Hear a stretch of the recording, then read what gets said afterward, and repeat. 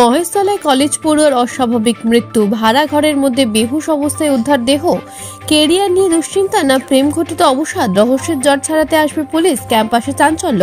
এদিকে জলদস্যু ত্রাস, বাঘের ডেরায় পাকড়াও দুর্ধর্ষ ডাকাত, আগ্নেয়াস্ত্র, হরিণের শিং সহ উদ্ধার একাধিক বেআইনি জিনিস, গ্রেপ্তারে সফল সুন্দরবন টাইগার রিজার্ভ। আসবে বিস্তারিত খবরে।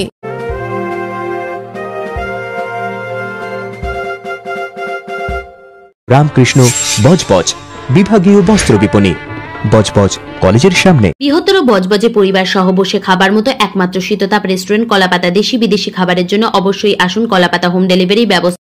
ভিন জেলা থেকে পড়তে এসে মর্মান্তিক মৃত্যু হলো এক বেসরকারি কলেজ ছাত্রের। মহেশতলার একটি বেসরকারি কলেজের কম্পিউটার সায়েন্সের ছাত্রের অস্বাভাবিক মৃত্যু ঘিরে ব্যাপক চাঞ্চল্য ছড়ালো এলাকা এবং কলেজ ক্যাম্পাসে। বিশ্বস্ত সূত্রে খবর, মৃত ওই ছাত্রের নাম অর্চিষ্মান সামন্ত। তিনি বাঁকুড়া জেলার বাসিন্দা। মহেশতলার দৌলতপুর এলাকায় কলেজের কাছে একটি বাড়িতে 3 জন ছাত্র মিলে ভাড়া থাকতেন। আজ তাদের মধ্যে একজন দেখতে পান ঘরের মধ্যে পড়ে রয়েছেন অর্চিষ্মান।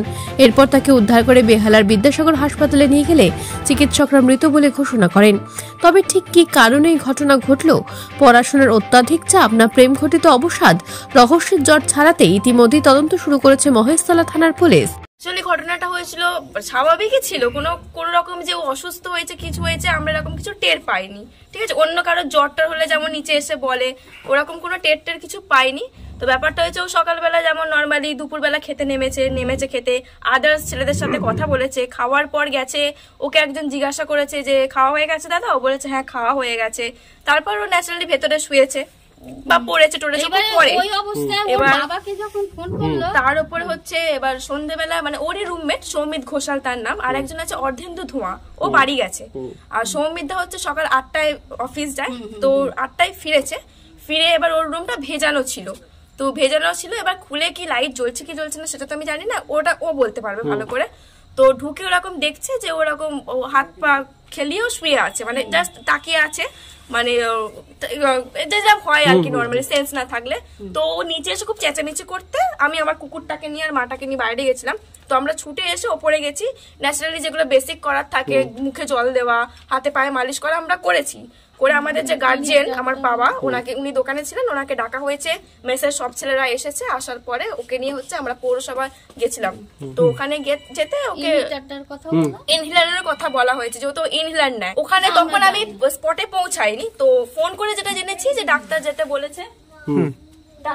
বলেছে যে ও নেই, ও এক্সপায়ার করে গেছে।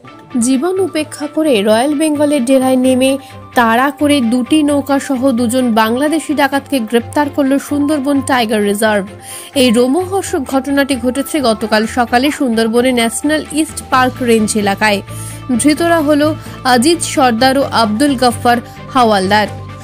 ধৃতদের বাড়ি বাংলাদেশের সাতক্ষীরা এলাকায়। ধৃতদের কাছ থেকে 2টি নৌকা, একটি 1 নলা বন্দুক সহ একটি হরিণের শিং পাওয়া গেছে। এছাড়াও মিলেছে 6টি মোবাইল ফোন, 2টি বাংলাদেশি সিম কার্ড, 10টি গেওয়া কাঠ সহ অন্যান্য বেআইনি সামগ্রী। জানা গিয়েছে মৎস্যজীবীদের বেধড়ক মারধর করে নৌকা ছিনতাই করে দুষ্কৃতীরা। রেঞ্জার স্বপন কুমার মাঝি ও ট্রেনি রেঞ্জার নবকুমার সাহের নেতৃত্বে ফরেস্ট গার্ড ও অরণ্য সাথীদের একটি দল দুষ্কৃতীদের দেখতে পান। সুযোগ বুঝে 2টি নৌকার 7 জন নদীতে ঝাঁপ দিয়ে সুন্দরবন জঙ্গলে বাঘের ডেরায় লুকিয়ে পড়ে। জঙ্গলে নেমে রীতিমতো চিরুনি তল্লাশি চালায় টাইগার রিজার্ভের কর্মীরা। প্রায় 2 ঘন্টা বাঘের আস্তানায় তল্লাশি চালিয়ে 2 জনকে গ্রেপ্তার করতে সফল হয় তারা। পলাতকদের খোঁজে এখনো তল্লাশি চলছে। ধৃত ডাকাতরা জঙ্গলে ডাকাতি করার পাশাপাশি একটি হরিণ মেরে পুড়িয়ে খেয়েছে বলেই দাবি করেছেন ট্রেনিং রেঞ্জার নবকুমার। এই নিয়ে বিগত 9 মাসে মোট 4 বার সাফল্য পেল সুন্দরবন টাইগার রিজার্ভ। এরা 6 দিন আগে এসছে, 7টা নৌকা লুট করেছে। লুটের জিনিসপত্র এসছে। আজকে লাস্ট যে নৌকাটা লুট ধরার আগে যে নৌকাটা লুট করেছে ওটা নিয়ে ওরা বেরিয়ে যেত, বাট ওরা বেরোতে পারেনি, আমরা ওদের ধরিনি। আর এটা আমরা ওদের জিজ্ঞাসাবাদ করে জানতে পারি যে শুধু আজ নয়, দীর্ঘ 7-8 বছর ধরে এরা আসছে। মধুর সময়ও আসে, যখন এখন কাঁকড়ার সময় এসছে, আবার এরপরে যখন কোনো কিছু না থাকে কোচিং পারপাসেও আসে। এর মধ্যে আমরা জঙ্গলের ভিতরে গিয়ে যখন দেখি ওখানটায় মাংস পুড়িয়েও খেয়েছে, আগুনের পেয়েছি, মাংস পুড়িয়ে পেয়েছি, সেটাও আমরা পেয়েছি। আজ নয়, এটা দীর্ঘদিন ধরে এরা আসছে। এদের মধ্যে সর্দার হচ্ছে আব্দুল গফর হাওলাদার, এদের মেন সর্দার। আমরা কাঁকড়া মারতে আসি, কাঁকড়া মারার কথা নিয়ে এসে আমাদের বুঝলে বাড়ি থেকে এরা সরকার করে দিয়া ওই ইন্ডিয়ায় ঢুকাইয়া আমার তো ডাকাতি করেছে। আমাকে এই যে পার্টি ধরা খায় পার্টি উঠে গেছে তারা ছাত্র 5টা 6টা 6 নৌকা। 6টা নৌকা কবে করেছেন এটা? এই 6 দিন বই করছে 3টে আর একদিনে করছে 3টে। কি কি অস্ত্র ছিল আপনাদের কাছে? দা ছিল আর একটা বন্দুক ছিল। নেপথ্য ভাষ্যের ডোনা জানার সঙ্গে মহেশতলা থেকে ঋত্বিকা দাস ও সুন্দরবন থেকে সুভাষচন্দ্র দাসের রিপোর্ট বার্তা এখন।